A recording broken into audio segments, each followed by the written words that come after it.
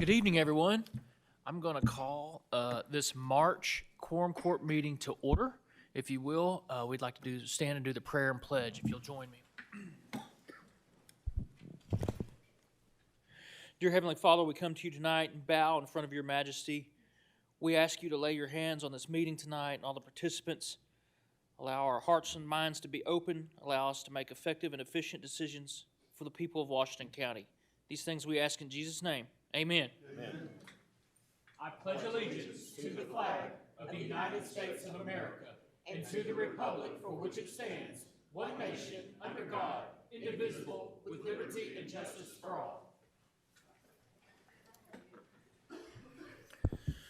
Thank you, everyone. And with that, we'll move to the adoption of the agenda. Do I have any motions with the agenda? Justice Coger? Yes, thank you, Judge. I'd like to make a motion to remove item 10 from tonight's agenda and refer it to the County Services Committee for consideration at its March 30th, 2026 meeting, which will be the April meeting of the County Services. And the reason I'm doing that is even though we don't have an ordinance that requires that resolutions go through committee first, I think for transparency and so that everybody gets a chance to be more informed and understand what we're doing. I think it's a good idea for resolutions to go through committee first, and that's why I'm making that motion, and I believe that skipping committee skips transparency, and I don't believe that serves the public. For those reasons, I move to. I have a motion to remand item number 10 to the next County Services Committee. Do I have a second? Second by Justice Bruns. This is on the vote to refer item number 10 to the next County Services Committee. All those in favor? Aye. Those opposed? Mr. Allen, will you please call a roll? This is to refer item number 10 to the next County Services Committee. Justice Ecke? Yes. Justice Dean? Yes. Justice Washington? Yes. Justice Coger?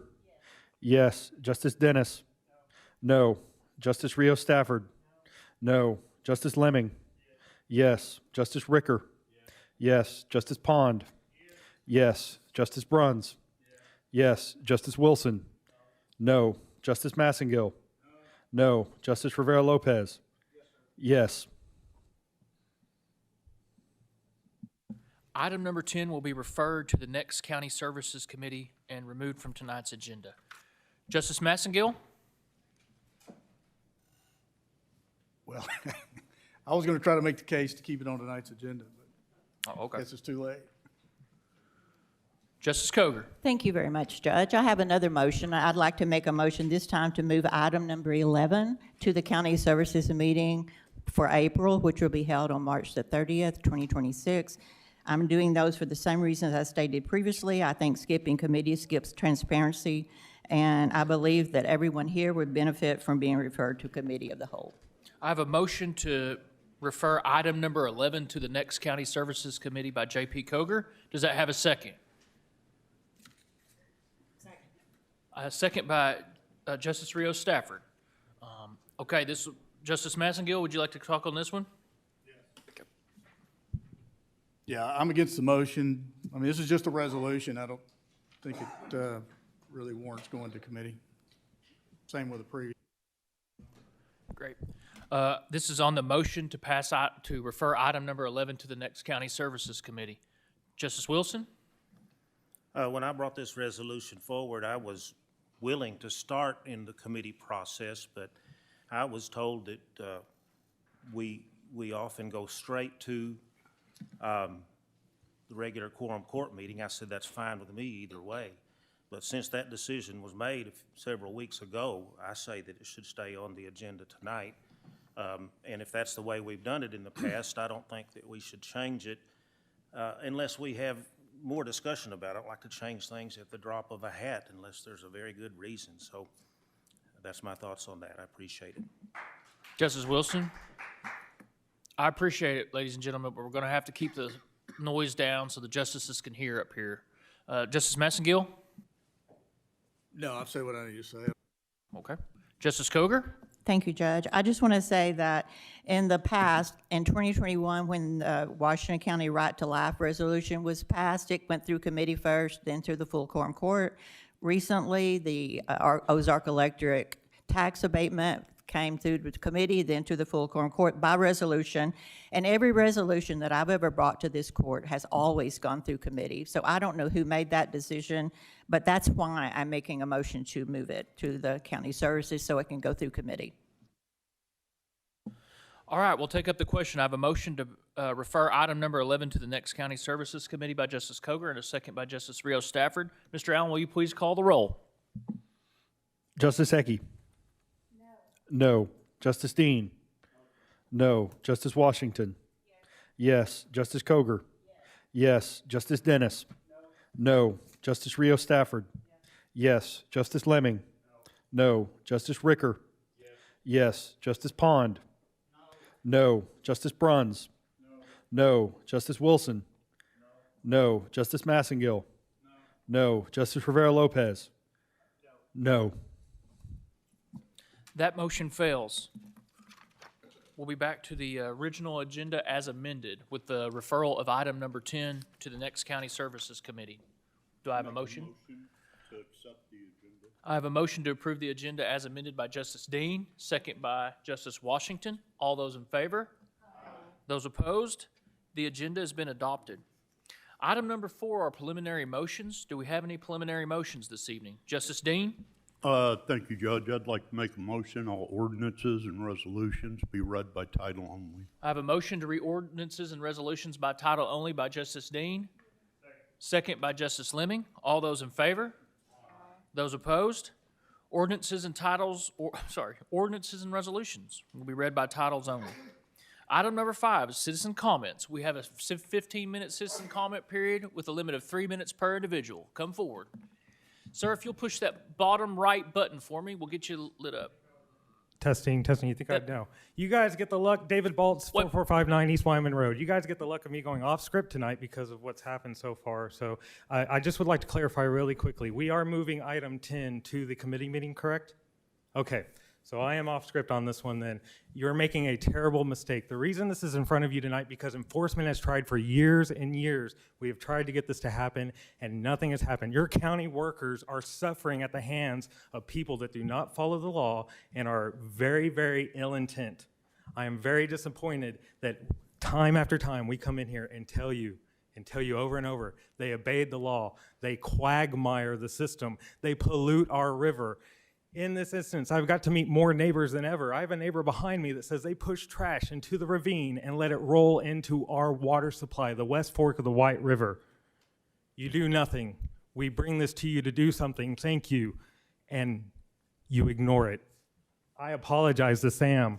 We thought we could get you some traction, sir. I am so sorry. You work so hard. Have a good night.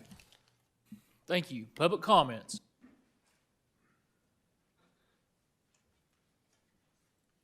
I'm Catherine Dunlop. I live in Springdale, Arkansas. This is just a thought question I want you all to take home and think about tonight and tomorrow. Why are you so threatened by students? Thank you. Thank you. Public comments.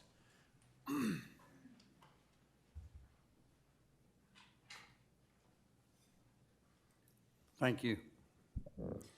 I received an email today that was quite disturbing to me, and it is a court case where we, the Washington County, is involved with a lawsuit involving Tawnytown, my hometown. And in that, I see that I think the Supreme Court made a correct and good decision, especially after I read that lawsuit, and the lawsuit is so rambling.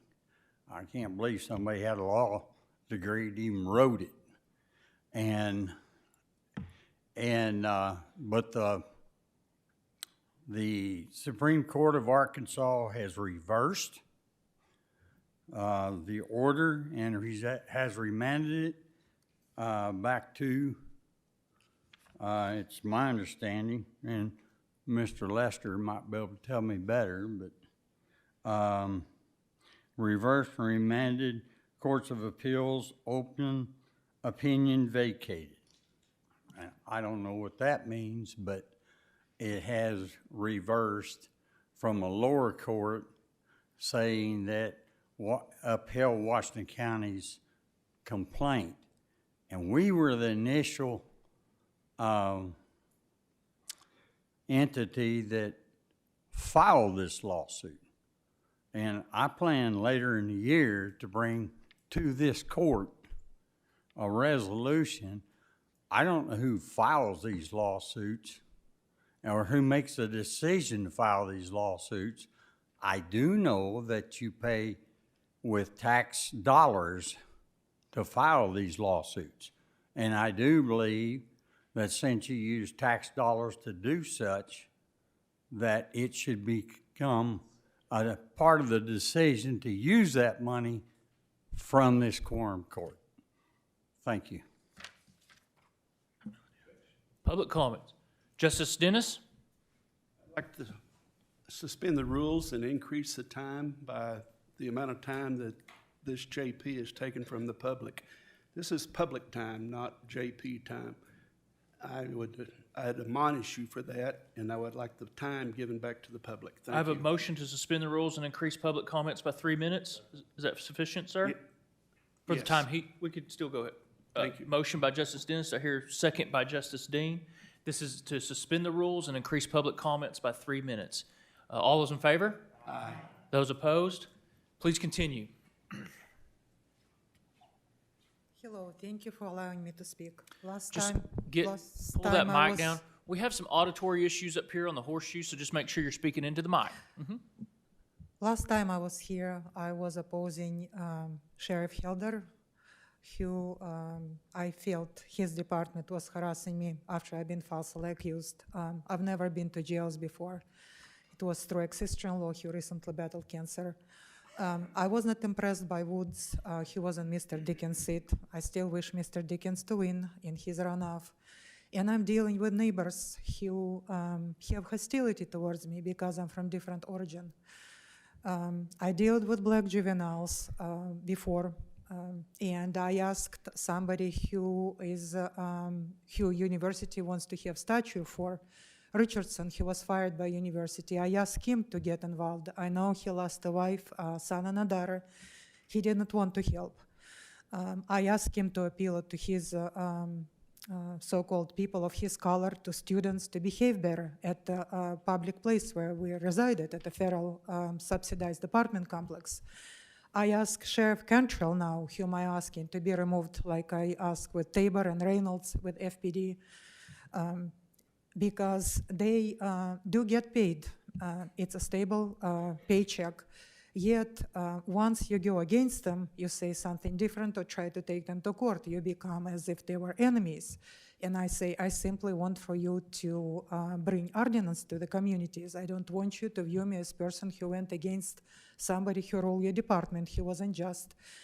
My ex-mother-in-law who passed, he was a daughter of an officer, also liked to put every guilt on me. But the neighbors, Strouds, who lost their grandkids, who were disabled, Anderson, who was in uniform, who has no family, they just express hostility. And me being from different origin, I want for people in uniform bring ordinance.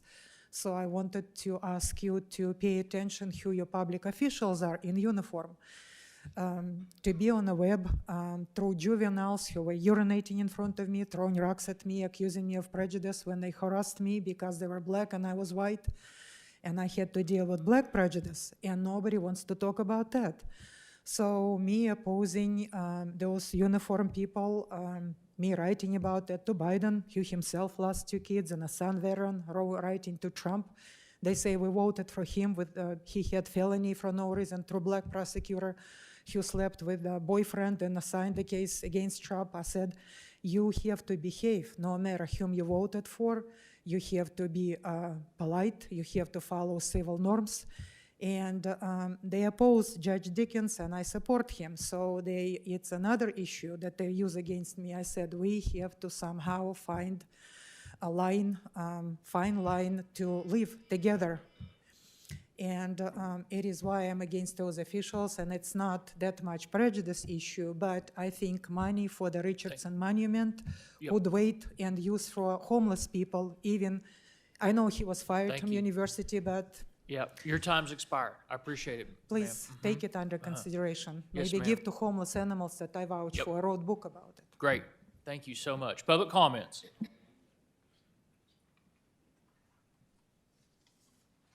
Good evening. Can y'all hear me? Awesome. I'm here to talk about J.P. Wilson's resolution about good citizenship. So I'm here to speak in my personal capacity. I'm Victor Rojas. Mr. Rojas, can you just pull that microphone down just a little bit? Yeah, All there right, you go. is that Thank you. better? Okay. All right, well, thank you. So my statement reflects my own personal views, not my employer. I'm an educator who has taught at both elementary and secondary levels. I'm a licensed administrator at both the building and district levels. And I'm a former social studies teacher who has taught about the First Amendment and the freedoms it guarantees. And those are freedoms that are lived and exercised every day in this country. This resolution takes issue with recent demonstrations by students in our communities. These are demonstrations that I believe fall squarely within the protections of the United States Constitution. The right to free speech and the right to petition the government are not conditional. They apply to all people. They are fundamental. The U.S. Supreme Court made this clear in 1969, Tinker versus Des Moines, when it held that students do not shed their constitutional rights to freedom of speech or expression at the schoolhouse gate. The court also emphasized that school officials do not possess absolute authority over their students. Students in school, as well as out of school, are persons under our Constitution. And it's a reminder that it's just as relevant today as it was in 1969. Our students have to find a way to air their grievances. They were expressing their grievances in a way that is allowed in our democracy. I want students, and I think we all want students that are informed, engaged, and ready to contribute because it is needed now more than ever before. Regardless of where we stand on policy, we can agree that constitutional rights deserve to be respected and protected at every level. This resolution also calls on school districts to revisit their policies and procedures. To my knowledge, neither the Arkansas Constitution nor state law provides a quorum court the authority to dictate or influence the operations of school districts. This resolution itself recognizes that each district is governed by an elected board of education. Those boards are entrusted by their communities to make decisions in the best interest of their students. We should respect that structure and trust those elected officials to carry out their responsibilities. At its core, this is more than a single resolution. It's about whether we model for students the very civic principles that we teach them. Respect for constitutional rights, trust in our systems of governance, and a commitment to democratic participation. Our students are watching, and I appreciate it. Thank you, Mr. Rojas. Further public comments?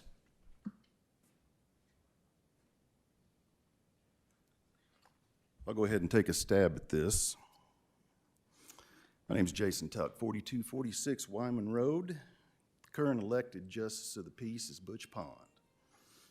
District 15 is also the same district Stewart Family Christmas LLC and Stewart Family Fireworks operate in. I'm just going to keep it short. We're behind the resolution. We will be there at your next meeting. I like that. That is the process. I've been paying attention. Thank you. But we believe all businesses in your county, unincorporated, need to operate by the same standard. Just like the one you're going to ratify tonight, if I remember correctly. Got a CUP on the agenda. That business went through the right process. It is now here before you. Thank you. Thank you. Any other public comments?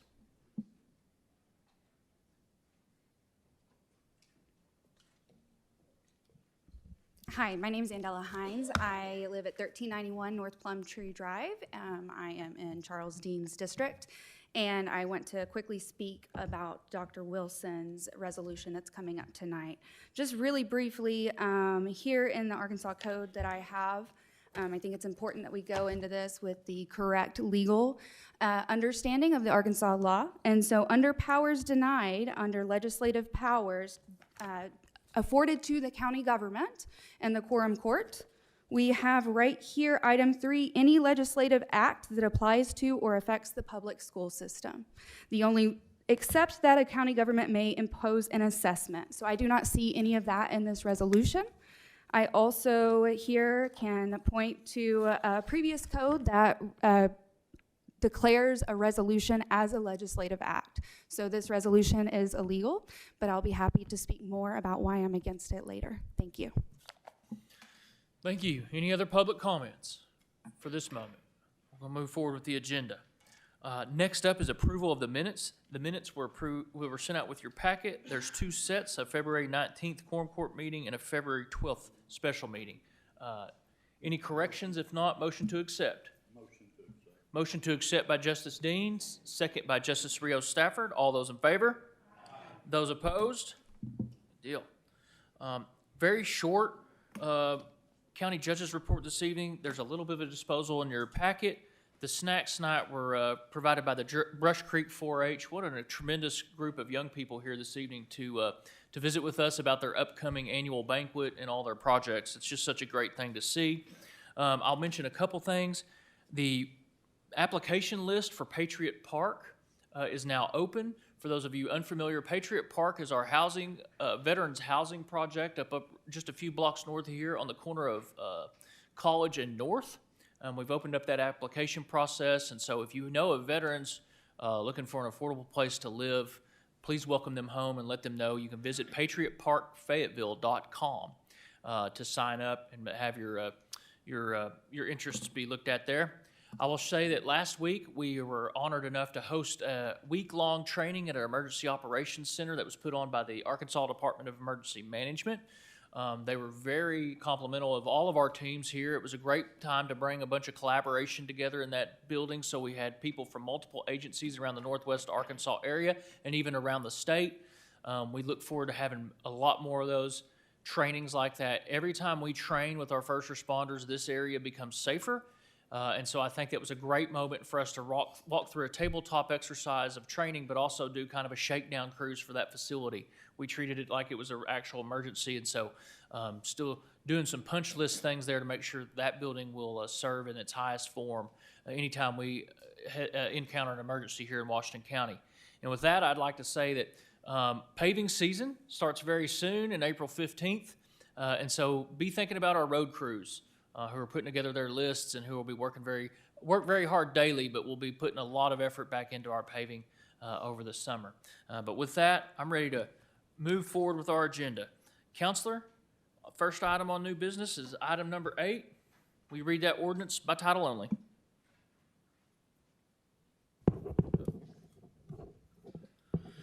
Item 8 is an ordinance ratifying a conditional use permit recommended for approval by the Planning Board for the Gene George Communication Tower project. Dr. Atta, you want to give us a short summary real quick? Good evening, everyone. So this project was approved by the Planning Board, the 5 members attending on February 12th. The property as a whole is 132 acres. The applicant is requesting to use only 75 by 75 area lease. The actual compound is going to be 60 by 60 fence. It's going to be a tower that's about 104 feet. And so far we have not received any complaints from any neighbors. All the approvals from the federal government has been presented, and we have no issues with that. Thank you. Motions or discussion by the board? Justice Lemming? I make a motion that we suspend the rules and put it on the second reading. Second. I have a motion to suspend the rules and move item number 8 to a second reading by Justice Lemming. I think I heard second by Justice Ricker. Is that good? All those in favor? Those opposed? Counselor, will you read that for a second time? An ordinance ratifying a conditional use permit recommended for approval by the Planning Board for the Gene George Communication Tower Project. Justice Lemming? I have a motion to suspend the rules and move this to a third and final reading by Justice Lemming, second by Justice Ricker. All those in favor? Do we discuss that? Yeah. Okay. Justice Dennis, I'm sorry about that. I uncued your mic. Will you cue it for me again? I'm sorry about that, sir. Justice Dennis? Thank you, Judge. It seems like we're delaying everything tonight, but at the same time, don't we normally bring this to committee before it comes here? No. CUPs were explicitly taken out of the requirement due to the time constraints on when they have meetings. And so CUPs, by your own ordinance, do not go to committees. Okay, all right, thank you. Just didn't know very much about it. So it's being rushed and I haven't heard very much about it, so. Any other discussion? Any other discussion? Questions? This is on a motion to suspend the rules and move to a third and final reading by Justice Lemming, a second by Justice Ricker. All those in favor? Aye. Those opposed? No. Counselor, will you read this for a third and final time? An ordinance ratifying a conditional use permit recommended for approval by the Planning Board for the Gene George Communication Tower Project. Justice Lemming? Let's move it to the full quorum court for pass approval. I have a motion to pass item number 8 by Justice Lemming. Sorry. Yeah, let's just pass it tonight. Thank you. You still want to stand beside this man? Second by Justice Ricker. Any further discussion on item number 8? Any public comments on item number 8? Seeing none, we're going to take up the question. I have a motion to pass item number 8 by Justice Lemming, a second by Justice Ricker. Mr. Allen, will you please call the roll? Justice Ecke? Yes. Justice Dean? Yes, sir. Yes. Justice Washington? Yes. Justice Coger? Yes. Justice Dennis? No. Justice Rios Stafford? Yes. Justice Lemming? Yes. Justice Ricker? Yes. Justice Pond? Yes. Justice Bruns? Yes. Justice Wilson? Yes. Justice Massengill? Yes. Justice Rivera Lopez? Yes. Item number 8 passes. Item number 9. Counselor, will you read that by title only? Item 9 is an ordinance to authorize retroactive step plan compensation for certain county employees in the amount of $19,434.04 and appropriating $4,199.67 of that total to the budget of the prosecuting attorney to cover the compensation, tax, and employer retirement contributions. Justice Coger? Thank you, Judge. Yes. I'm not going to go into a lot of detail again. We've already covered everything, but for people who are in the audience and may not know or are listening online, when we created the step plan for beginning in 2025, for some reason, a few of the public defenders and someone in the prosecutor's office did not receive their step raises. So this ordinance simply, it's not a new raise. It's what they would have received in 2025, and it's retroactive to then. And I would say that the public defender already has that money in their budget, but the prosecuting attorney needs $4,199.67 in order to do that, and that's my motion that we pass this. I have a motion to pass by Justice Coger. I believe I heard second by Justice Rivera Lopez. Is that correct? Any further discussion by the body? Oh. Justice Ecke? Thank you, Judge. I'm in support of this. I've always been in support of our county employees who do a fantastic job. They are our most valued asset. But I would like to encourage this body to remember to pass the budget before December, so that way our HR department has an opportunity to properly code everything the way it needs to be coded, and maybe perhaps situations like this won't occur. So that's my 2 cents. Thank you, sir. Thank you, Justice Ecke. Any further discussion? Justice Rios Stafford. Thank you, Judge. I agree with everything that both of my colleagues just said. I fully support this. I still don't understand how our prosecutors and public defenders got left out in the first place. When we voted in 2024 that was my intention of what I thought we were voting on, is to include all county employees. And in 2025, we added language to make sure that that was really spelled out and that was the case. I think our prosecutors and public defenders have earned it. They did a tremendous job last year clearing the backlog of cases that were left over from the pandemic. The prosecutor's office says that 2025 was the first year that more than 5,000 cases were closed in a single calendar year, which I think is tremendous. That gets our justice system moving faster. People spend less time in jail. It helps reduce the jail overcrowding. And I think our prosecutors and public defenders should be rewarded for doing this work, and that we should be doing everything we can to keep them in these jobs and show we value them and their experience and their service to the county. Thank you. Further discussion on item number 9? Any public comments on item number 9? Seeing none, we're going to take up the question. I have a motion to pass by Justice Coger, and I had second by Justice Rivera-Lopez. Mr. Allen, will you please call the roll on item number 9? To pass item number 9. Justice Heckey? Yes. Justice Dean? Yes, sir. Yes. Justice Washington? Yes. Justice Coger? Yes. Justice Dennis? Yes. Justice Rios Stafford? Yes. Justice Lemming? Yes. Justice Ricker? Yes. Justice Pond? Yes. Justice Bruns? Yes. Justice Wilson? Yes. Justice Massengill? Yes. Justice Rivera-Lopez? Yes. Item number 9 passes. Item number 10 was removed from the agenda and referred to the next County Services Committee. Item number 11. Counselor, will you read that by title only? Item 11 is a resolution emphasizing good citizenship among the youth of Washington County Schools. Justice Wilson? Thank you, Judge. I wanted to provide a little bit of background as to how this resolution materialized.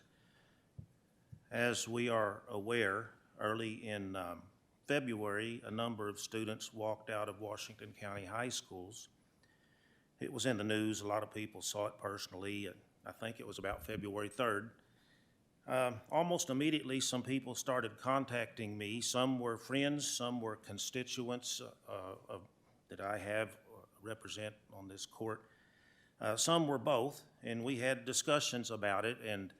And in the process of that, some were saying, why didn't they keep the students in the school where they were safe? I mean, I was asked some questions about that. Of course, me, being a former high school administrator, I was very interested in the answers to some of those questions. And incidentally, I mean, a lot of people let their background, resume, expertise, whatever, be known before they speak, which is appropriate. And I'll say I spent 27 years in public education, 12 as a teacher, 15 as a high school principal, like I said. So I was interested in this as a taxpayer, as a parent, now as a grandparent, and as a former school administrator. Now, in all of those roles I just mentioned, one thing that they have in common, dad, grandparent, administrator, there's a common denominator there, and that's concern for students. And I had a deep concern for the students and their care and their safety when I was on the job, and I still do. But anyway, like I said, a lot of people contacted me, and some even asked, can you do something? And I said immediately, right away, and some people in the room will be glad to hear this. Before one word of this resolution was written, I said, the Quorum Court is not the boss of public schools. And I think everybody here understands that. And I told people, if you're real concerned about this, I would suggest that you go talk to school administration, because they will hear you if you set up an appointment, you need to speak. I suggest also that if you really feel strongly about it, go to one of the school board meetings. They allow people to speak there just the same way that we allow people to speak here in the Quorum Court. And I even went to the Springdale School Board meeting because I live in Springdale, and one happened almost immediately after this. It was February 9th, and I didn't go there to speak, didn't intend to speak, and I didn't speak. but I went because I wanted to hear if other people spoke, because not only were they constituents of the Springdale School District, they were constituents in my district. So I wanted to hear what they said. And some came to that meeting and spoke against what had happened at that time. I think one person that night spoke in favor of the students leaving the school.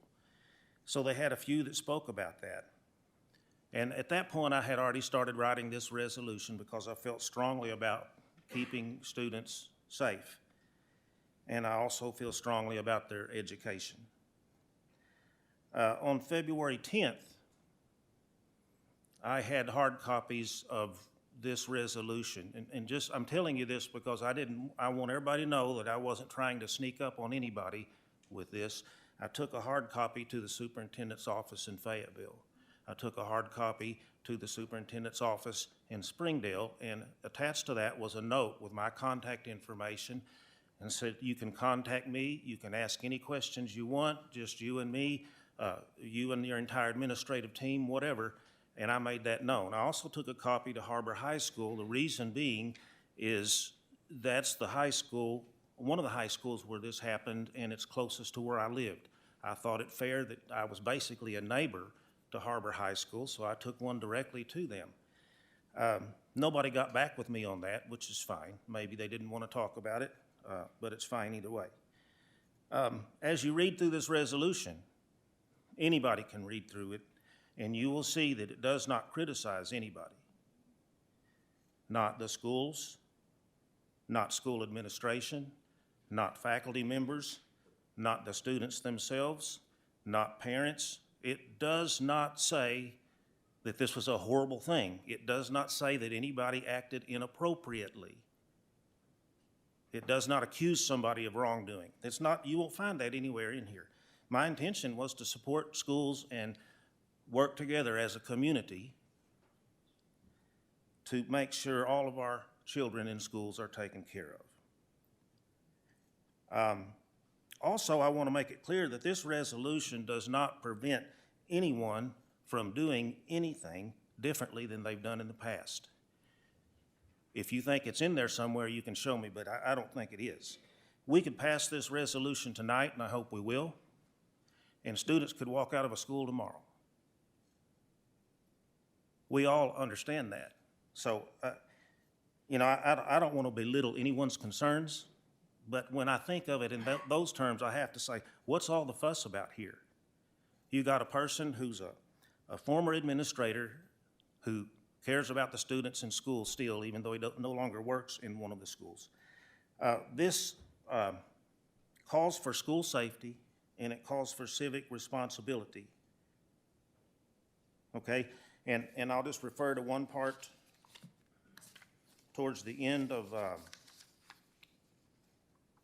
this resolution, the articles. I won't belabor the point by reading this line for line, but Article 1 says that it encourages each school district to review its policy to keep students safe. Now, folks, I've been in high schools before. I was a principal in 3 different high schools, one of them about the size of Harbor High School. I guarantee you they've already done this. If something big like this happens, there's a meeting that takes place, maybe a private meeting behind closed doors, but administrators say, hey, should we have handled this differently? Is there something that we need to change?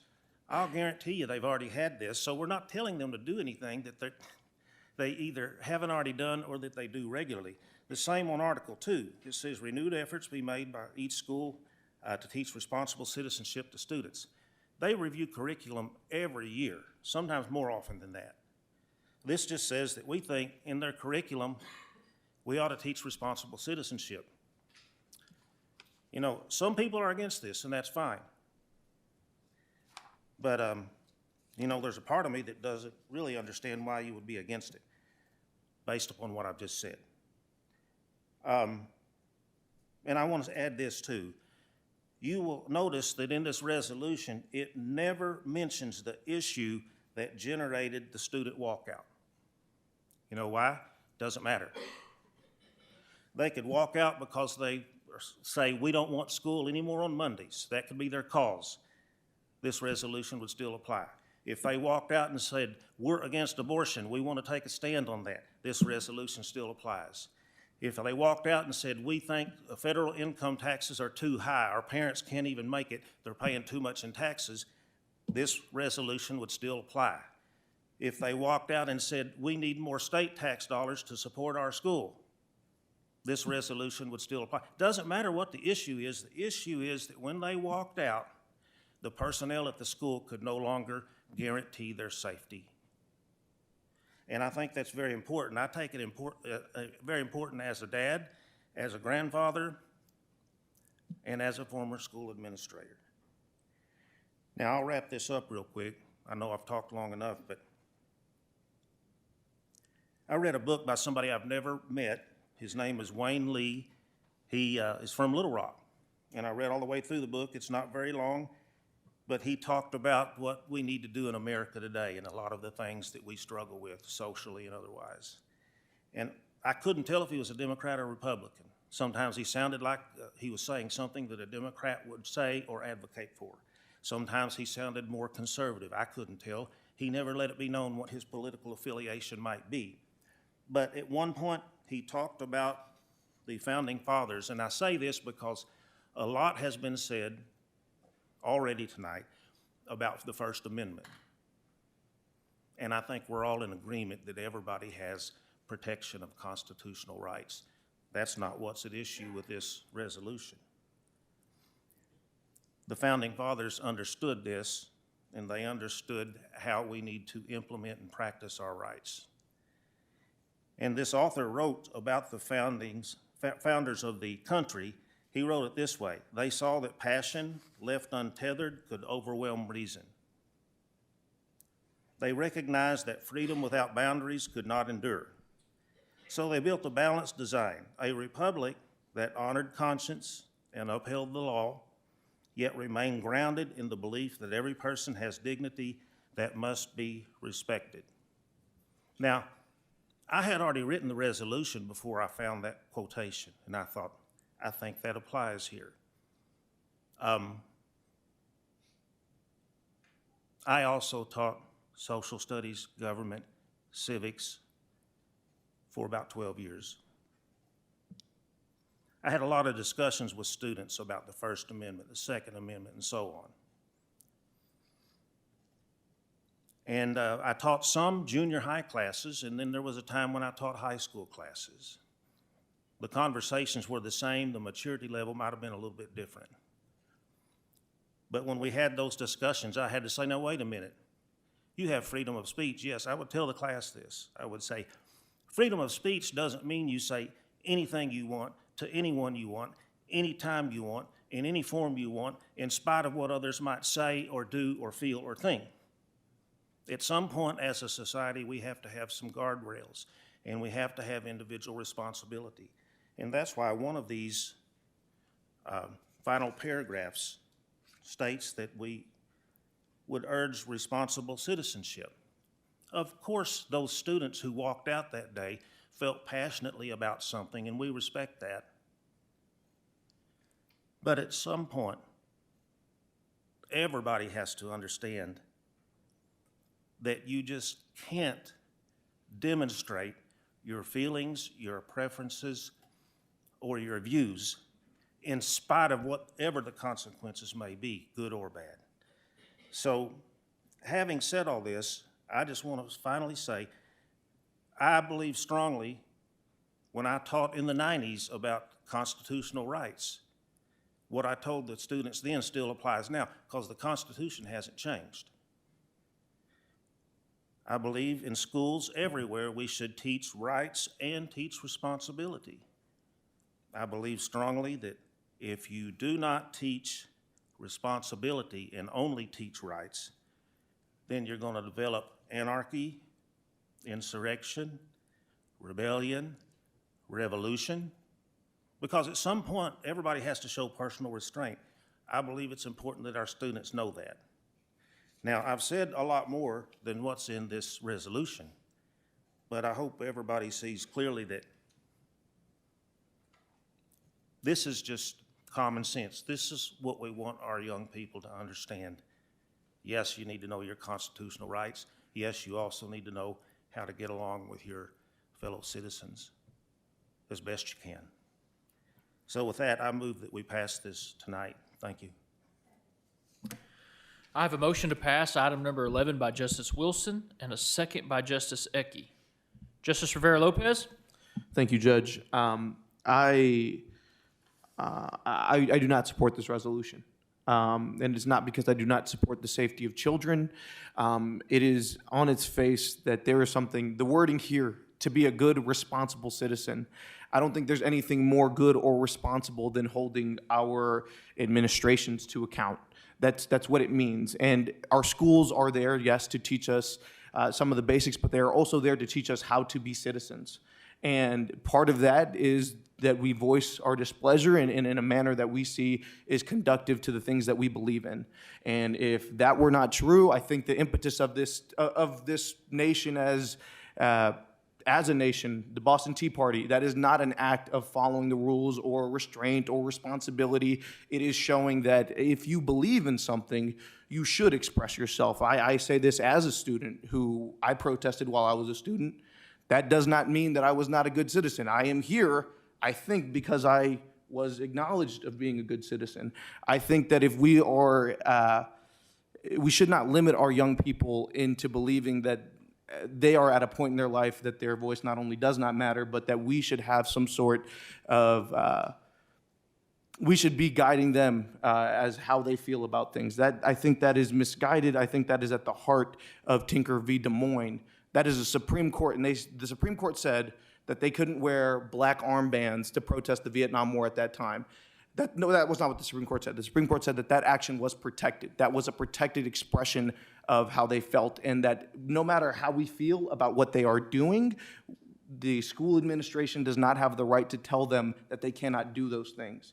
I think it is tone deaf to express that the impetus behind why they protested is not a factor in whether or not it is reasonable to take that action. I think that is missing the point entirely. Absolutely, if you see something that you deem to be an atrocity, I think you have a moral obligation to say something, and that should be taken into account when we consider the actions that they took. It is not to say, oh, every protest is the same. That's not true. There are meaningful things that we should protest, and in showing that solidarity, I think that makes you a good citizen. As we, fight for the dignity of each and every one of us, that affirms the dignity onto each and every one of us.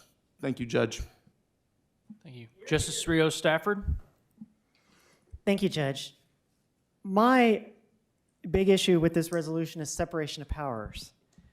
We just heard from the sponsor that we're telling the school board to do things. We don't have that power. The school board could just as easily tell us to do things, and they don't have power. They're elected officials too, but they don't have the power to tell us to do things. There's plenty of things that we've voted on over the years that a school board could just as easily pass a resolution to tell us that we need to go learn some common sense ourselves. And my concern is that the public does not understand. A lot of the public does not understand that we are completely separate local governments. We do not have jurisdiction over them. They do not have jurisdiction over us. And I'm going to give an example of something a little bit unrelated of why I know that the public does not understand this. In Fayetteville, there's been a lot of controversy over where they're going to put the new Ramey Junior High School because the school district wants to build it on a forested hillside. But when those big monumental decisions have come in front of the school board, the people who are actually in charge, hardly anybody has shown up to those meetings. Instead, for whatever reason, people have bombarded the Fayetteville City Council. I know that because my husband serves on the city council, and they have like a really small role in the whole thing. And during the whole time that the Fayetteville School District has been planning this whole thing and all the controversy has been going on, 5 of the 7 school board members were reelected unopposed. Unopposed. No one stepped up to run against them. So there is already a real clear lack of understanding.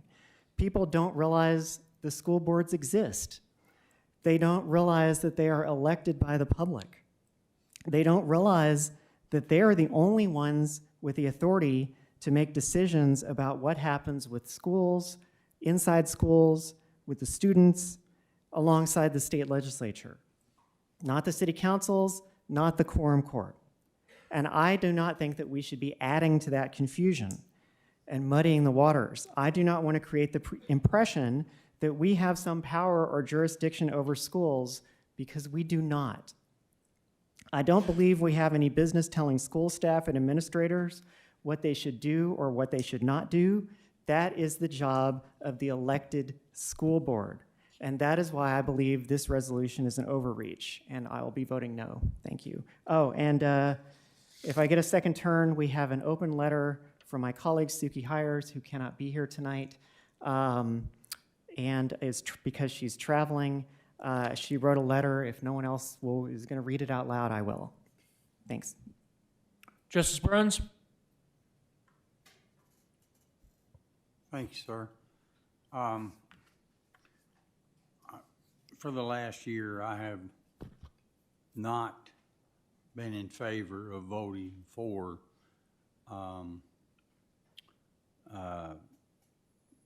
these type of things wherein we have no jurisdiction. I don't even think they should come to this horseshoe. However, I have a lot of respect for J.P. Wilson. And when he sent this to me, I thought, you know, I don't really want, I threw it down twice. I said, I ain't gonna look at it.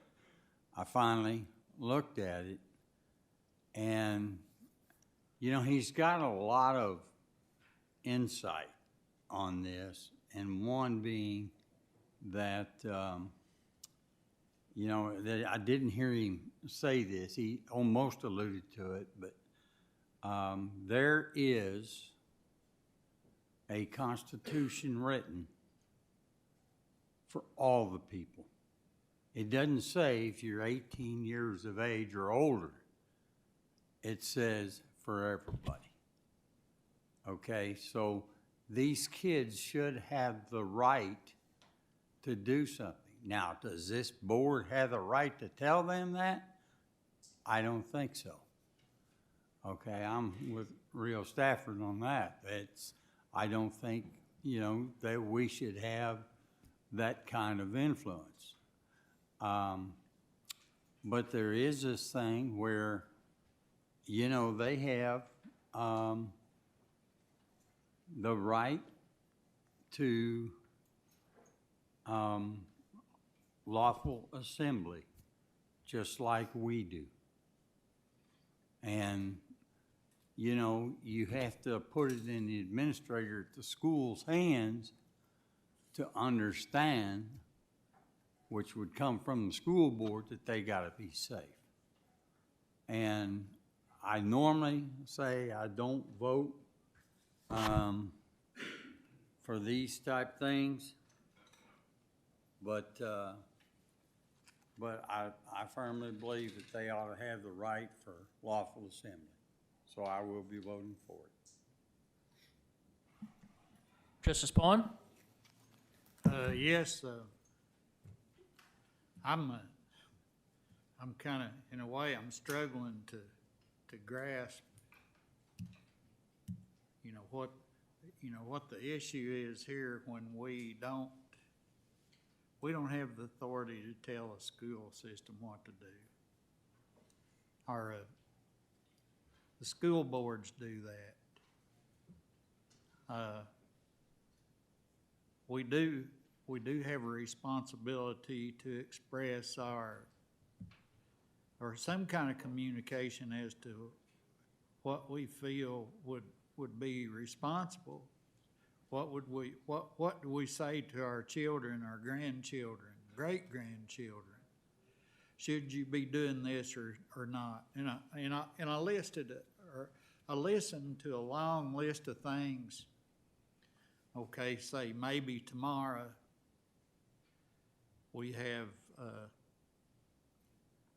children under the age of 18 decide to walk off the school grounds. They're not 18 yet, but they decide to walk off of the school grounds in protest of, well, let's say, truancy rules, laws, regulations. They decide they don't like truancy laws. So they walk off the grounds during a time they're scheduled for class to demonstrate that. I don't think it's a good idea. But under the pretenses of protesting this resolution, which does absolutely nothing but express our belief that in some kind of action that would be of a responsible citizen or individual. But heck, I'll just go with that. If it's okay to walk off the school grounds in protest to all these other things, they could do it in protest and truancy rules, laws, regulations. So I really don't think it's a good idea, so I'll be voting for the resolution, and hopefully sometime tomorrow there's not a big walkout and kids protesting truancy. Thank you. Justice Messengill?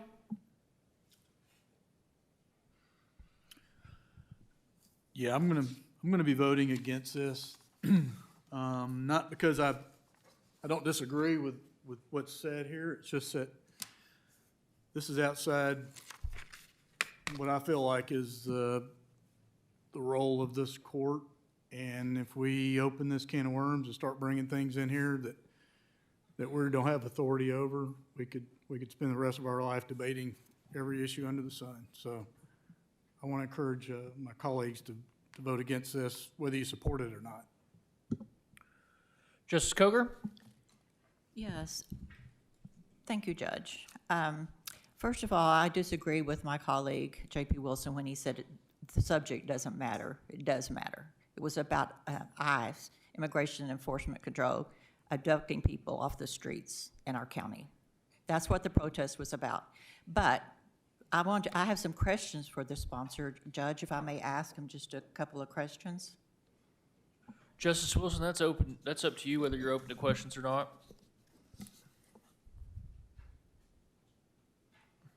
Yes, sir. I was going to make another comment later anyway, so I'd be glad to consider any questions as I make my remarks later, if that's okay. If you want to address them. Yes, sir. Okay, you said you contacted the school districts and they never got back to you, so I take that to mean they didn't contact you to bring this resolution. But did you talk to any students who might have participated in any of the protests before you brought this resolution? I think he's going to note them down and answer them in his comments later. I'm sorry. I didn't, okay. If that was your intent, Justice Wilson, is that correct? Don't want to overstep here. Okay. Okay, I didn't understand that. Okay, so my next question is, you cite safety, but could you give me any specific examples of safety? Anything that happened at any of the protests that caused anybody to be concerned about student safety, like any injuries, arrests, or documented threats? Did any law enforcement agency issue a report identifying these walkouts as a safety risk? And also, I'd like to say that something personal here. My father, Arlie Richardson Tucker, was a young man when World War II started. He fought in World War II in a Pacific theater. He was in the Battle of Iwo Jima. And he fought so that we could have the rights that these students have today. He and millions of other people have died for those rights. So I just want to say, if we're really concerned about school safety, we here on this court tonight would be passing a resolution to ask our legislators to pass common sense gun laws, and not trying to limit our students' constitutional rights. Justice Ricker? I'll be quick on this. I agree with a large portion of the resolution. However, I don't think the Quorum Court has a dog in this fight, so I'll vote against it. Justice Washington? Thank you, Judge Deakins. So I have read over this a number of times because I always try to see the other side. And I'm just unable to see the other side in this. First of all, there's a lot of language in this resolution, in my opinion, that is vague and subjective. So you're saying things like a number of citizens. Well, what is a number of citizens? Was it 10? Was it 1,000? You know, if it was 4, 5, 10 people, are we creating an issue where none really exists? That wasn't listed here. Also, there's language like that in line 42 that students need to be taught to exercise their legal rights in a respectful manner. Well, what does respectful mean? Because respectful is subjective. To one person, respectful may mean not hitting someone. To another person, respectful may mean not using profanity. Like who gets to determine what respectful is? This also cites the safety of the school during the walkout, the safety of the students. Well, what are the actual safety issues? And I think J.P. Coger alluded to that. So were there issues? Were there things that happened during the walkouts or the protests? I just feel like this is really vague and subjective on that particular issue because no issues are cited in the resolution. So if there were the safety issues, why not cite those issues in the resolution along with all of the other whereases that we have in here? Another thing, there was a line, and I didn't write down the line, that these protests can be conducted outside of school hours. So is the real issue here safety? Because if it's unsafe during a walkout during school hours, is that same protest not unsafe? After 3:30, does something magically happen and now it becomes safe? So that just leads me to believe that, once again, a lot of this here is vague. A lot of here is really non-specific. A lot of this is subjective. And a lot of this, in my opinion, is out of the purview of what the Quorum Court does. Now, at face value, I'm a mom. I support students being safe. I'm also a mother who has had a student who has participated in a walkout. So I support the safety and all of that as well.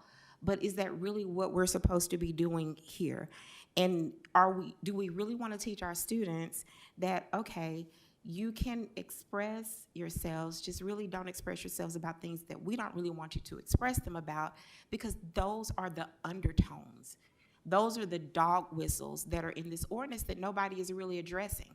So yeah, could someone protest truancy? Yes, but would we be up in arms if students walked out of a school about truancy? I bet we wouldn't. But would we be up in arms if students walked out of a school to protest ICE? We absolutely would. So I'm just asking everyone that at its face value, yeah, I get it, but let's think about what the undertones of this are saying. Let's think about what it's saying that it's not really saying. And I just think that this is, it's a bad look for us as a county, because what it seems is that we're trying to pass a resolution saying that we're in agreement in telling people that they really can't exercise their First Amendment right. The whole thing about defying authority, well, what does defying authority mean? Teaching students they can't express their rights in spite of consequences. Like, it's just a lot of language in here that is problematic for me. And I would urge us to consider the optics of this resolution, consider what we're saying to all of the people and all of the students who live in Washington County, and I just can't find anything redeemable in this resolution to support it, and I urge my colleagues not to either. Justice Rio Stafford? Thank you, Judge. Our colleague, as I mentioned earlier, J.P. Suki Hires, sent all of us an open letter and asked for one of us to read it out loud at the meeting, so I'm going to do so. So again, these are not my words. These are the words of my colleague, J.P. Hires, who couldn't be here tonight. Good evening. I am not there tonight because I am chaperoning 36 teenagers to Paris for spring break. Lucky. But I feel strongly about J.P. Wilson's resolution, so I wanted to share my words. In addition to my service on Quorum Court, I also teach advanced placement government and politics at Fayetteville High School. I am the only teacher serving this body, so my perspective on this is unique. First, the Quorum Court has no jurisdiction over the locally elected school board, so this resolution has absolutely no bearing on public schools. It has absolutely no enforcement. It is inappropriate. Second, one of the landmark Supreme Court cases I teach my students is from 1969, Tinker versus Des Moines. Students were punished after a protest against the Vietnam War, and the court found that students do not shed their First Amendment rights when they go to school unless their actions become disruptive to the learning environment. These walkouts that occurred in February were less disruptive than Chicken Finger Fridays at the local sorority house. They were less disruptive than standardized testing, than senior skip day, or the day before prom. Students have a right to protest, and they are already marked with an unexcused absence for the periods of the walkout, which is a part of the state law, Act 341, the Access Act. Protests are a useful way for students to use their voices because they cannot vote yet, but they want to be heard. This is true no matter their message.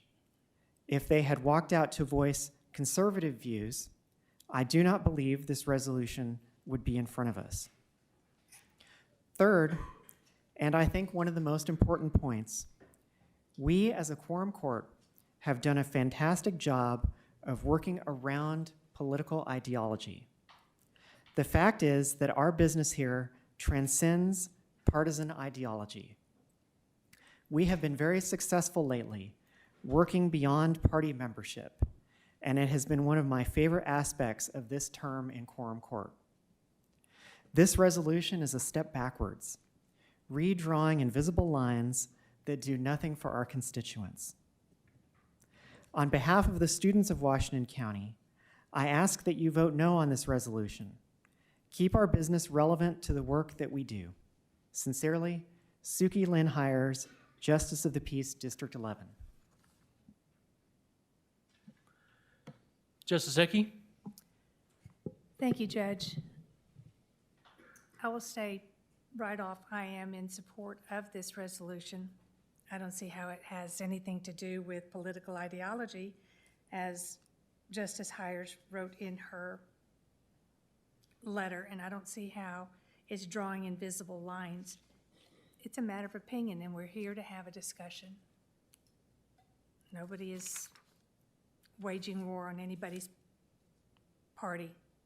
That's a sidebar. I come to this resolution from the perspective of a parent. I know that I take my children to school and I drop them off. And yes, the school, the authority, the administrators are charged with protecting my children when they're at school. That's the authority that the school has.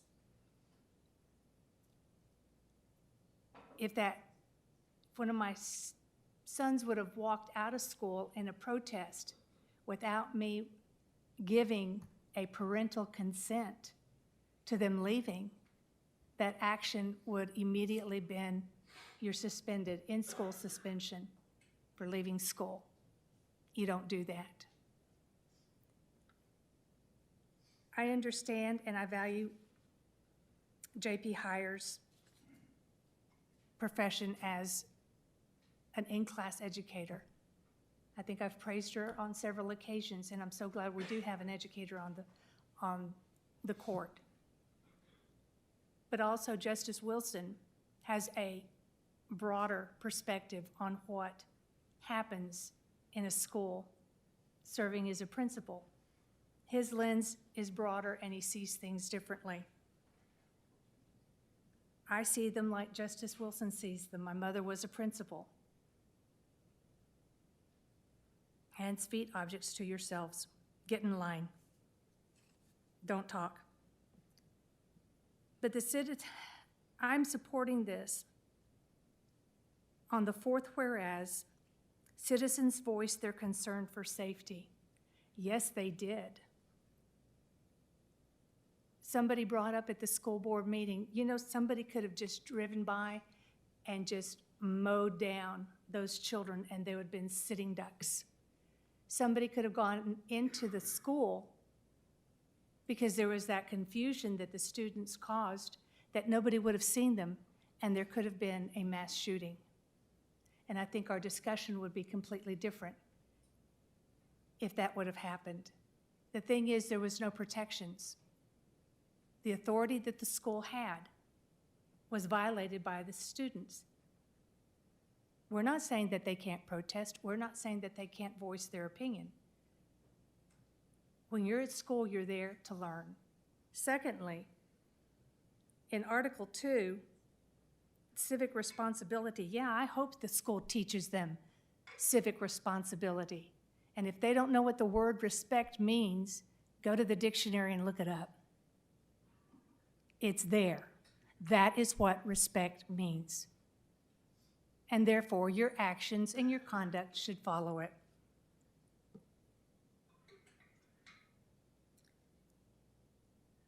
I was just talking to a parent about this, trying to get their perspective on it, and he said, I was driving down 412 and I saw it. I saw those kids driving around. And they were a bit reckless while they were driving, hanging outside the windows, some of them sitting outside the windows, waving these big old brand new flags. He goes, that was dangerous.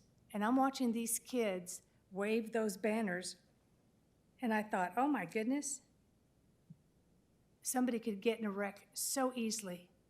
What's going on here? My whole perspective is safety. Now, it is our authority. Public safety is our authority. We are charged as JPs with public safety. That's why we have law enforcement and public safety committee meetings once a month. This was not safe. I'm so thankful that nothing happened. But I am coming from the perspective of a parent. They did not have parental consent to leave school and go out and demonstrate. I would have had a conniption.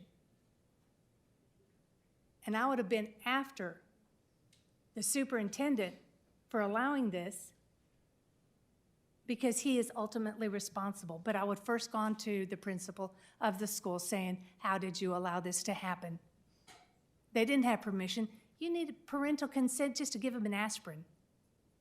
You can't touch a child without parental consent, but you can allow them to leave school. Maybe they should stay in school and learn what it is to be respectful and protest correctly and voice their opinion. No one's taking away their freedoms. No one's trying to tell the school board what to do. I think y'all are reading way too much into this. All we're saying is we're concerned for our students' safety. And the school has the authority, and they are ultimately responsible for the student safety. I have a lot of other things. But yes, public safety is our authority, and that is our responsibility for the county. And these parents and these students, guess what? We represent them. Do we not? I represent those in Springdale. So every one of those protesters, yeah, I'm their JP in District 6 that went out and did whatever they did. I represent them, as do you. I'm in support of this, and I don't see how we're violating anybody's rights or telling anybody what to do. All we're saying is we want our children to be safe at school. And if I drop you off at school, you better stay at school and not just leave because you want to. That's all I have to say about that, Judge. I'm sorry. Thank you. Justice Wilson. Thank you, Judge. I know a lot of people here on the Quorum Court may be ready to wrap this up, and I understand, but there were some questions asked of me, and there was some other things said in our discussion tonight that misrepresented what I said, even though I spoke clearly, I thought, from the very beginning. You might remember one of the first things I said is that I told constituents that the Quorum Court is not the boss of our schools. And then I bet you 10 people have said something about we don't have any authority over the schools. Well, I already know that. And also, I want to point out that, I did hear from a lot of people, and I'll speak to that later, but some people I heard from were parents. And while we all acknowledge students' rights as spelled out in the First Amendment, we also, I think we all understand the golden rule, which he who has the gold makes the rules. Have you ever heard that? Parents pay the bills and they expect their students to be in school, and they're old enough to vote, but the students aren't quite old enough to vote yet. They do have First Amendment rights, but if the parents want them in school, the administrators want them in school, and all the adults in the community want them in school, I don't know why that should be a big debate. But I wanted to mention that at the outset, and a couple of other things that I was supposed to speak to, I guess. We've heard people say tonight this resolution here has no legal enforcement. Every time we have a resolution, someone says it's not legally binding, and that's whether they're for it or against it. They say it's not legally binding, and that's been stated tonight too, so we might as well not pass it is kind of the rationale. But I mean, if that's true, then we should never have a resolution, because we could say it every time. So that doesn't hold any water tonight to say, well, it's not legally binding. We know that. Everybody here knows that. A couple of my colleagues have mentioned the Tinker case ruled by the courts. I respect that. The black armbands, I used to teach my students that too. And they say that the students had a right to wear a black armband at school. And what not everybody is saying, except J.P. Hires and what she wrote, she even mentioned it. The Tinker case, the students were given the right to do that because the court said it did not, as far as they could see, interrupt the educational environment of the school. And those were written in her letter as well. So the issue is not can students protest from the school as a base of operations, it's are they doing it in a way that doesn't disrupt the educational environment of the school. I'm quoting from the highest court, folks. And I'll guarantee you, when students walked out of Washington County schools, the educational environment was disrupted the rest of the day. There wasn't much learning left in that day. So, this is not me saying this. This is the court that's saying that. So there's this question, can students protest? Yeah, they can protest within certain parameters. You and I can protest within certain parameters too, but there's sometimes a police officer may stop us, and we all understand that. Let me ask you this. Everybody said that the students had every right to walk out of the school that day. Well, would they have a right to walk in here tonight and disrupt this entire meeting? It wouldn't go on very long, I don't think. So that's what I said earlier. Nobody, adult, student, or anybody has the right to do anything they want in the name of a protest or in the name of free speech. We all have free speech, yes, but as an adult in a free republic, everybody should understand I'm going to treat my fellow citizens with respect as I voice my concerns. That's all this is saying. We also, I was asked if I contacted students. No, I did not. I didn't contact any adults either. People came to me. If any student had come to me, I would have talked to them, but I got 27 years of experience talking to students. I already know what they'd say. The students were, young people in the 90s, young people now, they have some of the same concerns. Our society's changed some, but I know how to talk to students, and I know how to hear their concerns, and I know how to coach them to walk in a way so that their life is more enjoyable and more productive. And I really believe strongly in that. So when we vote on any issues, I don't go out and try to poll everybody I run into contact with. When people come to me, I know they really feel strongly about it. But I don't go out and try to conjure up support for what I want to do on this court. So I just don't operate that way. I was asked about safety. Well, this is not just safety, it's potential problems. Nobody got hurt that day, thank goodness. But somebody could have. So the concern, when you're a school principal, when you're an educator in any capacity, you're trying to make sure the students aren't in a situation where something stupid happens and somebody gets hurt. You're all the time, you're in preventive mode. As a parent, you're that way too. You try to keep your son or your daughter from doing something that they're going to regret or that they might get hurt as they do it. So school officials are the same way. So there's a potential problem. And guess who gets sued if somebody does get hurt? The school does. So I'm really looking out for the schools here with every word I say tonight, and I'm looking out for the students as well. So the school is liable if something goes wrong. And someone questioned doing something outside the regular school day. Look, if these students were told, I think you should have a protest, let's do it right in front of the school, let's do it Saturday at 11 o'clock in the morning, and the teachers or principals or whoever could have said, we'll be right here with you. It would not have disrupted the educational school day.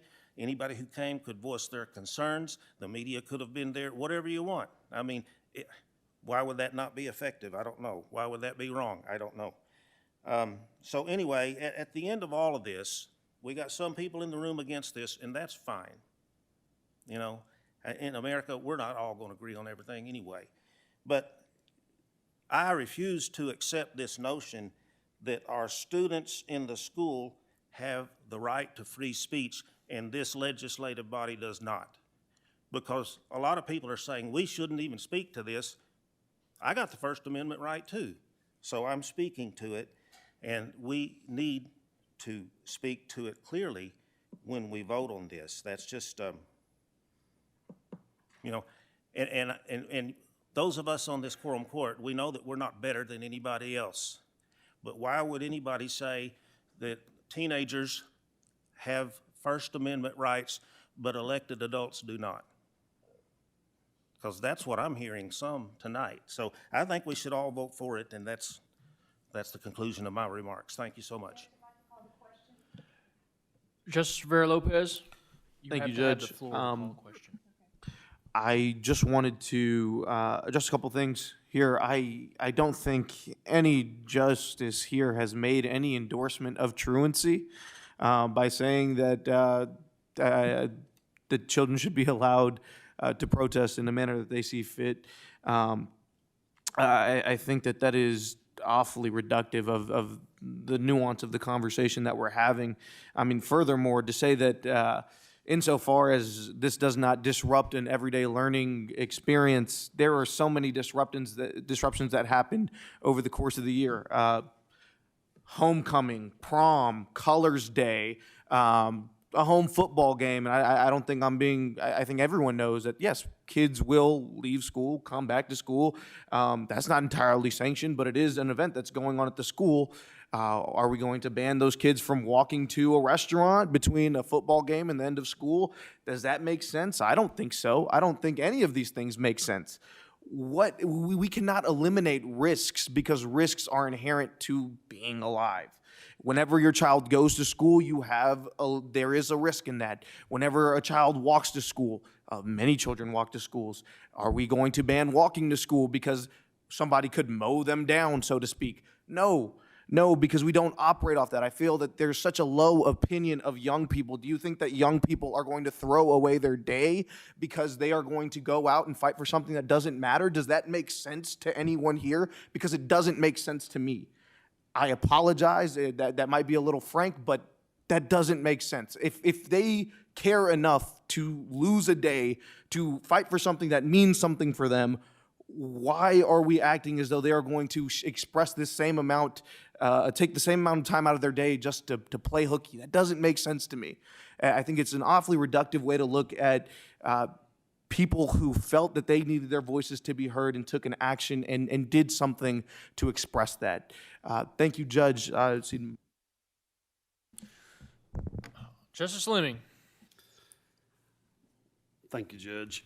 I don't know where to start, but David, I want to say thank you for all the hard work, and there's been a lot said. As a dad of 3 kids, as a grandpa of 13 grandkids and 4 great-grandkids, as a parent, what Mr. Wilson's saying is totally different from what you're saying. And I'm not saying it bad because you're a young man and you don't have no family.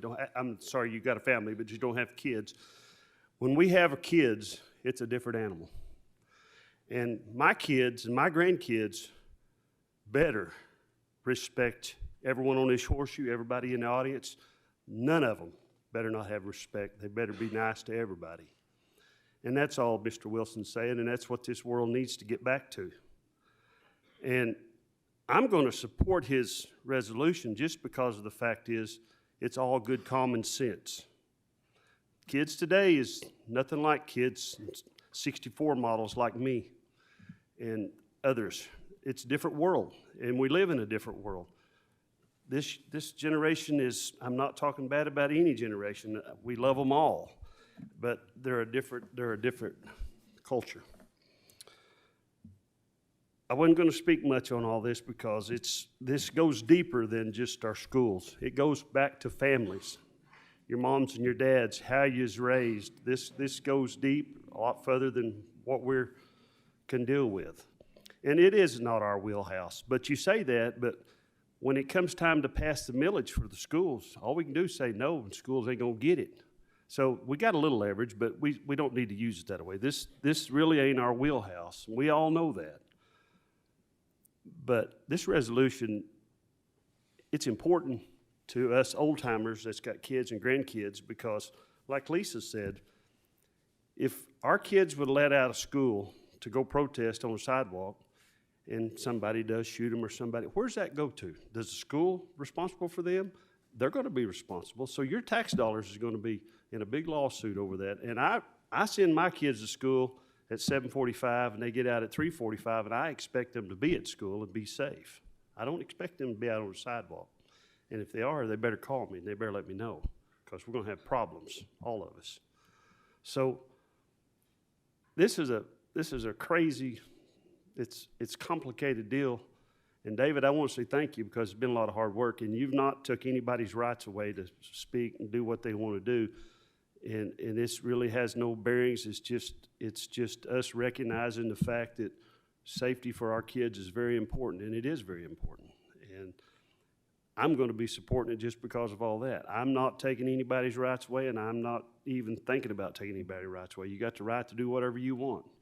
Sometimes what you do is not always good. Sometimes it's got some consequences with it. So with all that said, I say thank you, and I will be supporting it. Justice Washington. Thank you. So, I mean, it looks like this is probably going to pass, but I just want to speak to one thing. I think that we are not giving our young people enough credit. We're acting as if they're looking for any excuse to walk out of any school and just go do whatever. Now, I don't know about you guys, but many, many years ago, when my kids were at Fayetteville High School, on any day of the week, they were running across the road, going down to Sonic and doing all of these other things. They weren't out protesting, but they were doing things that were not safe. And at that point, the campus was open. It wasn't an issue. But I just want to say this. Every kid that leaves school to protest is not doing so without their parents' knowledge. There are some parents like me that will talk to their students and say, okay, this is what you want to do. What does this mean? Do you have a test that day? You understand that if you're not in class, you will be marked with an unexcused absence. You do understand you will not be able to make up that work. You do understand that there could potentially be consequences. Now, do you still believe strongly in this? Do you still want to do it?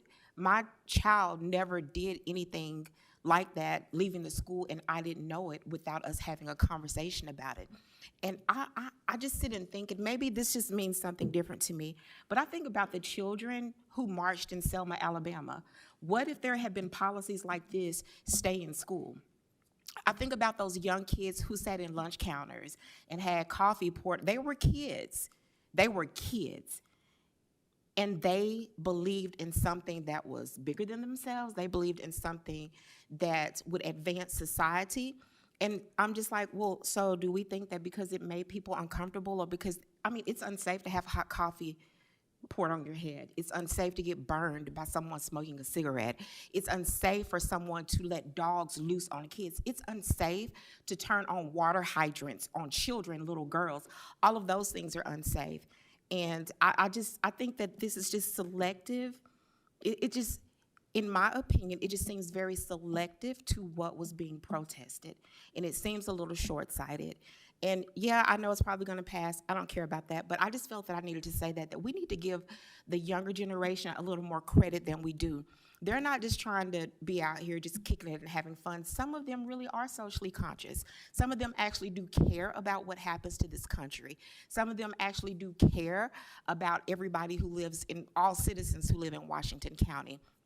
So let's not discount the impact of what they do. Let's just not do that. Even if you support this, let's not discount the contributions of these kids. All right, any further discussion by the board? Public comments on item number 11.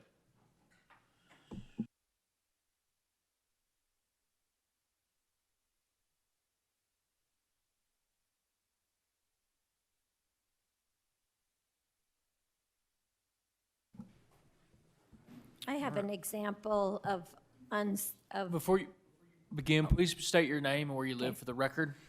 my name is Ellen Reinabo. I live at 9898 Bear Lane, Springdale.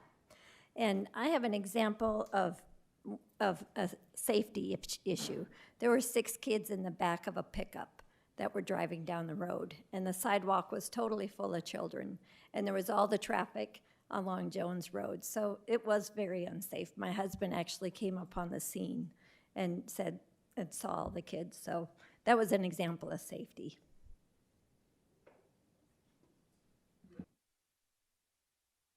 If you'll push that button on the bottom right for me. I live If you pick that microphone up, keep it in front of your face Sorry. too. I'm telling the auditory issues back here are bad. Go ahead, sir. My name is Miller Ron. I live at 2584 North Elizabeth Avenue. I'm a junior at Fayetteville High School and the co-president of the school's Young Democrats chapter. The Fayetteville protest was organized by a freshman and still produced a safe, effective environment for students to express themselves. Superintendent John Mulford commented publicly in support of the dignity of the students, quote, "You don't want kids missing class, but then there's always a part of you that makes you proud when kids do it the right way, and I feel that the kids today, for the most part, given the large number, did it the right way," end quote. The school board itself seems proud of their behavior. Why should the Quorum Court tell the board how to feel? The state legislation of the Arkansas Access Act prevents schools from issuing excused absences for walkouts. The school already has such little wiggle room. There is no need for another motion to tell the school board what to do. Protesting students are not stupid. Protesting students are not unsafe. They understood the consequences for the resolution. Only one excused absence for one period. Another aspect we easily overlook is that a majority of the Fayetteville High School students don't have driver's license, making schools the best, safest place for kids to express their right to assemble. Students chose, quite maturely, to express themselves in the most efficient avenue they had available. This walkout was not a knee-jerk reaction, but a well-thought-out and safe example for students. While I also echo the urge to protect students, this type of response approaches students as paternalistic and diminishes the good grace of the student body that demonstrated. I feel that the comments made about students here tonight have diminished their autonomy and their intelligence. Speaking on behalf of the Young Democrats and the FHS student body as a whole, we feel that it is inadvisable to pass this resolution and that this resolution is inconducive to the health of our democracy and the state of free speech. I yield my time. Thank you. Thank you. Public comments.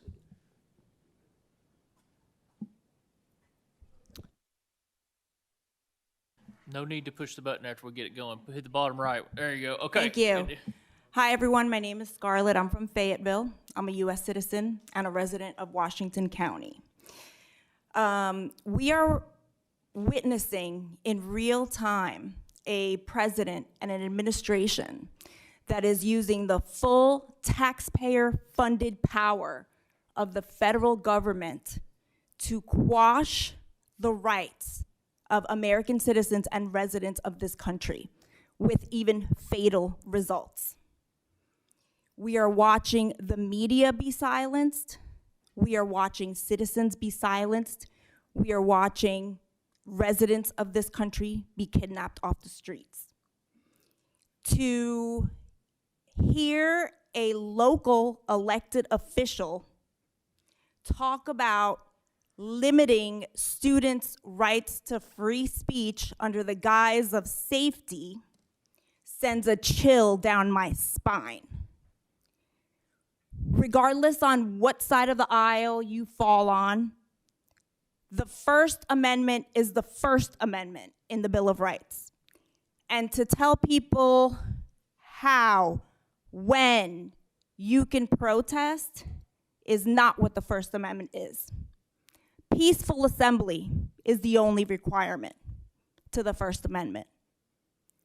As far as school safety, as many of the justices pointed it out, that falls under the guidelines of the state and the school board. And there's already plenty of policies in place regarding conduct. So to hear my local government, you know, when you make laws, we are borrowing from the future of children. And respectfully, some of the elected officials won't even be alive long enough to know what the consequences of the decisions that they make are. We are borrowing from the future of children, whether it is the environment, the economy, or their rights in the future. And as I stand here, I have been to some other of these meetings, and I just want to say that we are your constituents. We are not your subordinates. And every single person that comes to these meetings that takes time out of their lives to be involved in their local governance is also a part of a community. And we talked amongst ourselves. And some of the decisions that are made are appalling. Thank you, ma'am. That's your time. Public comments. Hello, my name is Eliza Stewart, and I'm a student. I live here in Fayetteville. I'm a sophomore, and I organized the ICE walkout at the school that I go to. We felt safe during this walkout. We had administrative support because our teachers walked out, well, not with us, but like they were out there with us. Our teachers, the faculty, and the administration, as well as legal observers. They kept us safe. And this taught us how to exercise our right as citizens. And I believe if you are truly concerned about our safety, you would propose a resolution to say Washington County will support common sense gun laws, such as universal background checks on sale of every gun, and secure storage laws. Because we know gun violence is the leading cause in death for students, not protesting. Thank you. Thank you. Public comments. Good evening. My name is Jesse Buchanan. I live here in Fayetteville in District 11. Justice Hires is my Justice of the Peace. And I also work with her at Fayetteville High School, where I teach geometry. I was not at school the day that this protest happened. I was out sick. But I can confidently tell you that every student that did participate in the walkout at Fayetteville High School was counted absent and received the exact same punishment as anyone who skips class for any other reason. This protest, however, was about ICE. And let's not pretend that that's not why we're having this meeting right now and talking about it. Because the students made it about that, and we are specifically citing the day that this exact protest happened in this resolution, meaning that it is about this specific protest. If we want to keep students safe, we as adults in the community must keep them safe from real threats in our community, not from themselves. These students did not walk out for no reason. They walked out and hosted this protest, putting themselves on the line and in the street to fight for a safer world where they, their friends, and their families do not have to live in fear of being kidnapped or trafficked by federal agents or people posing as federal agents without due process. Anyone who is paying attention knows that ICE is a threat to children. Why are we concerned about the safety of students at a protest, but not the countless human rights violations that are alleged at the Children's Detention Center in Dilley, Texas? Why are we raising concern for the students who protest in Fayetteville, but not for the students who have come home to one or no parents because their parents were taken from their home or from the court proceedings that they were required to be at as an immigrant in this country while that student was in class at school? If we want to make sure students are safe during a protest, fine.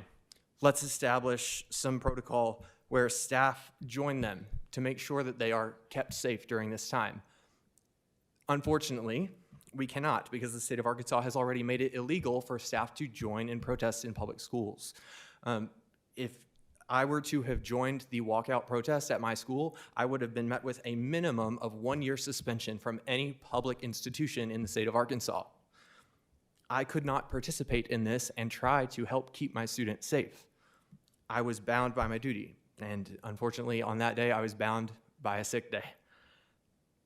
If this is about attendance, great. I would love to talk to you all about the chronic absenteeism at Fayetteville High School. We have a 22% chronic absenteeism rate, which is 9% higher than the rest of the state. I would love to talk about the kids who are gone every day and I don't know when they're coming back. I would love to talk about the fact that I am worried about where my students live and where they get their food and where they sleep at night. I am not worried about where they are when they have told me that they are going to miss class and they want to know if they can make up their work. Thank you, Mr. Buchanan. That's your time. Public comments.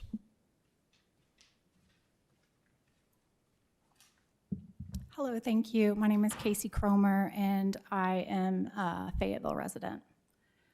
I'm also a mother, and I was at 2 of the protests that happened that day, one in Rogers and one in Bentonville. They were handled completely differently.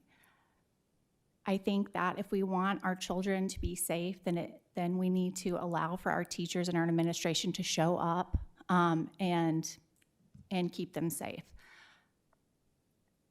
If there are laws where teachers cannot go out with the students when they know that they're going to be exercising their First Amendment right and their right to assemble, then that needs to change. There was plenty of notice about this protest happening. Everybody knew about it. It was not a surprise. I will say that you said that you know this resolution is not going to do anything, that it's not going to change anything. Then I ask, why was this brought to the Quorum Court? I can only assume that your purpose was to further propaganda, normalizing rhetoric that tells our citizens when they are allowed to exercise their freedom of speech and their freedom to assemble. I would really discourage this Quorum Court to support that type of rhetoric that harms our citizens. Thank you very much. Thank you. That is the completion of our hold time, so we would be subject to Justice Dennis. Suspend the rules and add another hour to this. Thank you. I have a motion to suspend the rules and add an hour of public comment time by Justice Dennis, second by, did I hear Justice Pond? All those in favor? Aye. Those opposed? Ayes have it. Another hour. I'm a proud East Fayetteville resident, And to say nothing about the 6 landmark cases by the United States Supreme Court guaranteeing the rights of students to protest, engage in freedom of speech activities during the day, I would like, or in the school day, to talk about the responsibility of our young people and the accountability that they show. I, along of several of my classmates, had the great honor and fortunate privilege at the age of 17 to swear into the United States Coast Guard, where I was expected to not only uphold, but to enforce the laws and the Constitution, and that includes freedom of speech. When I was 17 years old, I got the fortunate honor and extraordinary privilege of rescuing more than 40 souls from a burning boat. I also got the extraordinary honor of enforcing the laws alongside ICE and Border Patrol and other agencies. And I exercised that right, and I did a wonderful job of that, and the U.S. federal government gave me several awards for that out of the responsibility and accountability that I showed. And in that regard, I do support the individuals who want to walk out because they're responsible and accountable. And with that, I give back the rest of my time. Thank you, sir.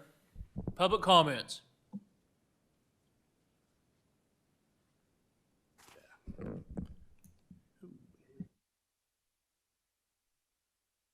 On? Okay. Hi, I'm Robert Lee. I live in Springdale, 33 years now. Been in business 47 years. The rhetoric, left, right, up, down, don't care about. I'm a taxpayer. I addressed Springdale School Board afterwards. And basically what I told them was, I'm here as a taxpayer and a community member. This is not a political statement. It's governance, safety, educational stewardship concerns. Students have the First Amendment rights, and I applaud that. I grew up in the 60s and 70s, same stuff. Time and place, proper, reasonable. That's what I'm looking for. Include peaceful assembly, doesn't say protest, peaceful assembly. There's a difference. Schools are legally permitted to enforce reasonable time, place, and manner restrictions during instructional hours. Okay, anything happens to those students without permission slips, my taxes go up. Not for that. I want folks to do what they, First Amendment rights, but I do not want them to do it improperly. That's what we're here to talk about. Passing the resolution would only help administration that are already hamstrung in how they can enforce rules. As a quorum court, it would be nice if you did allow some support. It has nothing to do with their First Amendment rights. It has everything to do with reasonable, responsible taxpayer issues. Springdale Police Department was not notified within proper time frames. They had no idea what was going on. I drove around during that time frame. Mostly peaceful, but not quite. Students were flipping cars off, shouting obscenities. And yes, how many people? I have no idea. I don't sit and count that. We can't collectively quantify, but we can sit and say, hey, there's enough of a problem. Let's address it. Let's get to the bottom line, and let's be reasonable. Students are in class to learn. Why not go to the assembly hall and do a protest there? You're inside. You're not disrupting class. Simple solutions, but too many times we put our personal bias on it. I'm cutting the bias. Taxpayers, we don't want any extra taxes because somebody gets hurt, and it always falls back onto the taxpayer. Thank you. Thank you. Public comments. Hello, my name is Henry Foster, and I've lived in Fayetteville my whole life, and I attended the Fayetteville high school protest. I was just going to let y'all know, I mean, y'all are talking a lot about respect and like dignity and trying to make this as like, you know, normal and healthy for everybody in the student body. I never skip class. I am as good a student as I can possibly be, and I never skip class lightly. And sometimes whenever it's like something that you really, really believe in, you have to take risks in order to make that go through. I talked to a lot of the other students and tried to make this as tasteful and healthy of a protest as I could possibly do. I was going to make signs with profanity, and we didn't. We were going to try to make this to wherever we could be presented as a side with more dignity and a side wherever everybody can get along and learn from each other and try to see each other's sides. Thank you. Thank you. Public comments. Hi, Andella Hines. I live in District 7 in Fayetteville, 1391 North Plum Tree. So I've already mentioned this. I'm going to mention it again. Arkansas Code 1414-805. Each county quorum court in the state of Arkansas exercising local legislative authority is prohibited to exercise the following: any legislative act that applies to or affects the public school system. You guys have been sued a lot lately, so I would recommend that we follow the Arkansas law. I attended a protest as a legal observer. The reason that your legal observers are having to step in is because there is a gap, because the Arkansas does not allow our teachers to care for students in a situation like that. So you can lock the door, but what do you think you're going to have in the inside when 200, 400 students want out? That's not a safe environment. We can create a safe environment under your authority. Do you want to talk about how we could, if we get rumors of a protest or an event, we partner with an organization to make sure we have trained legal observers? I did witness a car breakdown that the students were driving in the middle of the street, and I was the only adult there until somebody else pulled over. And the reason I was the only adult is because we do not allow our teachers in our schools to care for those students. We've talked a lot about Dr. Wilson's qualifications, and I think that it's important that we are also aware that I purchased his book, actually, $4. I'm a little sassy, so I wanted to read back some of the things that he had written to him tonight, written in that book. I could not find anything worth quoting because it was full of disdain for students. It was disrespectful to those who were underneath his command. And so I did a little bit of digging, and the only reason I'm bringing this up is because I think it's important, if we're going to talk about his credentials, that we actually talk about his credentials. Because there are articles online about his previous work where a school had to settle for a $45,000 because he was accused with his other administrators of bullying teachers and students. They had to pay out, a jury awarded a public school that money. There are quotes after quotes in here. You are out of order. Public comments, please continue. Assistant Principal David Wilson started asking how students got their questions. He would get angry anytime students had impromptu questions for him. The jury found that the school district was liable for a hostile work environment, awarding her $24,000 on those counts and $225,000 on another account. I'm not going to tell you what to think, but I do think it's incredibly important that we do our due diligence and research, and if we want to trust an administrator, do your research into that administrator and figure out where he's coming from. Because I'm going to trust the 3 teachers that came here and spoke tonight, and I'm also going to trust the students that came here to speak tonight. That's your time. Public comments. Hi, good evening. My name is, Bryson Austin. I live at 904 North Garland Avenue, and I could not be more proud of my JP, Justice of the Peace, Washington. I first want to start off with just some things that I don't think the general public would be privy to. James Gore died in the Washington County Jail about a week and a half ago. He was at a point where hospice centers were asking for him to be transferred into their care, and no one would get him into that. And instead of focusing on those things right now and investigating why he died in our jail, again, a man with brain cancer who had just been treated and was being held pre-trial, not sure if he had to sleep on the floor or not. I also would like to say that we were discussing the Industrial Development Authority a few weeks ago to build drones. Well, that'd be a part of it. We're also getting a drone factory, but it would be able to expand more military technology. And I would like to say that the United States has been accused of killing over 150 Iranian schoolgirls, children, in the country of Iran. I would also like to say that I think that people in the boomer generation have this very interesting take on on other generations when they were the most coddled and supported and subsidized generation in American history. You can fact check that.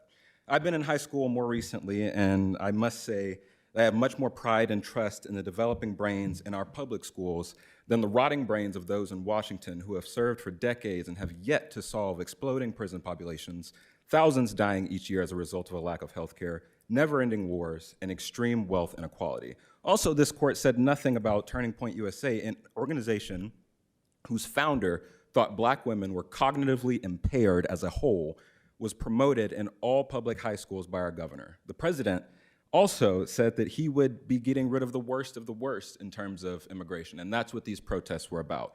The Constitution is also dead. The president openly expressed that he killed the First Amendment, and the Supreme Court is currently putting our founding documents through the shredder term after term. The immense cowardice of legislation like this and the reasoning behind it are part of the problem with our county and our country right now. I would like to remind you all that the Holocaust began as a mass deportation campaign that became too expensive. Every day we are living with the increased degradation of certain groups of people, and I believe, like international organizations, that we are in the early stages of multiple genocides, including against trans people and brown immigrants. 2025 was the deadliest year for those in ICE custody in 20 years.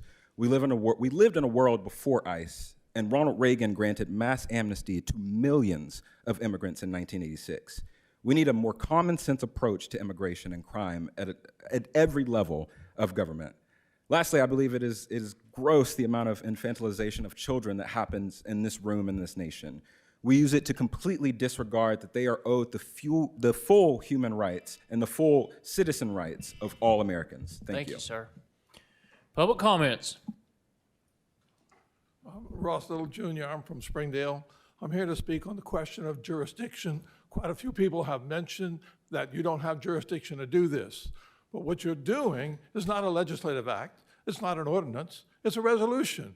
It's just giving your opinion. You're exercising your First Amendment rights by doing this. You have a perfect right to opine on this, just like every other speaker has had a perfect right to opine on this also.